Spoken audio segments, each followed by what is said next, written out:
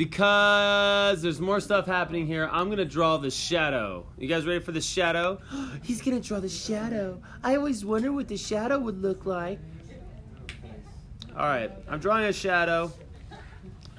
I don't know if this is sine or cosine yet. I haven't thought about it, but this is what my shadow looks like. It's decent. It looks okay. All right, now I'm going to draw my midline. The midline for my shadow is right about here. The midline is important because it helps us see the vertical shift. It also helps with seeing what the amplitude is of the shadow. All right, so I can do a couple things right off the bat because the amplitude, the distance right here from the midline to the max right here is 1. So I'm going to put a 1 right here. And then what's the other thing I wanted? No, I can't think of anything else. All right, so, is this shadow a sine or a cosine? What should you be thinking of for this shadow? Yeah, you should be thinking of cosine, because this is secant. Okay, cosine is the reciprocal of secant. So, let's think of cosine now. Now, if we were looking at cosine, if we're thinking about cosine looks like this. Oh, that was kind of good. Oh, it was a little better. Okay, maybe not. All right, we're always starting in the max, right? Okay, this is our midline.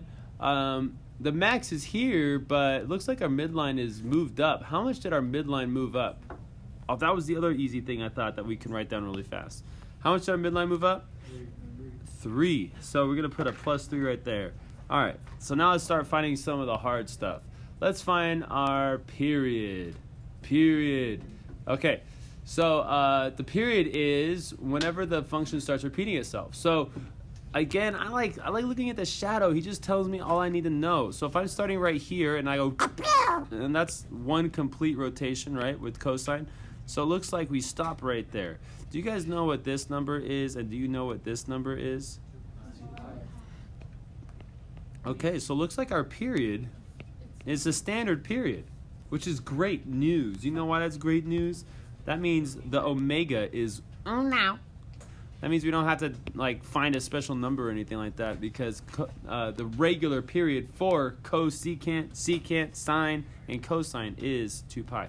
All right, what about our asymptotes? Oh, what about the asymptotes? Where is the shadow crossing the midline? Now, if you were to pretend that this was not moved up, instead it was right here, like right on the x-axis, do you know where cosine crosses the midline? What is that? Where does cosine equal 0? Right here. Where does cosine equal 0? This is cosine. Oh, what is it? No, not pi. Cosine is -1 at pi. Guys, think about your unit circle. Think about your unit circle. Where is the x? Because x equals cosine. Where is the x equal to 0? Right here? No. Right here? Yes. Right here? No. Right here? Yes. And so right here, which is pi over 2, and right here, which is 3 pi over 2, you make cosine equal 0. And if cosine is 0, then that means secant is undefined, which is why we have asymptotes right here. Right? Secant, isn't cosine theta equal to 1 over secant theta? So if I say the reverse of that, secant theta equals 1 over cosine theta, you can see if this was 0, you would be undefined, which is why right here at pi over 2, we get 0 for cosine. We get an asymptote for secant. So this is pi over 2. This one right here, what's that one going to be? That's your 3 pi over 2. Man, you guys are good. I can't get anything past you. Okay, but I don't want to write down all the asymptotes. I don't want to go x equals pi over 2, x equals 3 pi over 2. There's a lot of asymptotes, so that would kind of stink. So let's generalize it. Let's start at pi over 2. What would I have to add the pi over 2 to get to every asymptote? Pi. So plus 1 pi? Yeah. You are correct. So plus 1 pi, and let's put an n right there saying you can add as many pi's as you want or subtract as many pi's as you want. This is the general notation for our asymptotes. Oh my goodness. Was there a phase shift? No. So I'm going to put 0. Are there any y-intercepts? There's 1 at 4. Are there any x-intercepts? Yes, there's a lot, and those are hard to find. So I'm going to say nah on this because it's not going to be on your test. But if you guys were curious, I would show you. I totally would show you.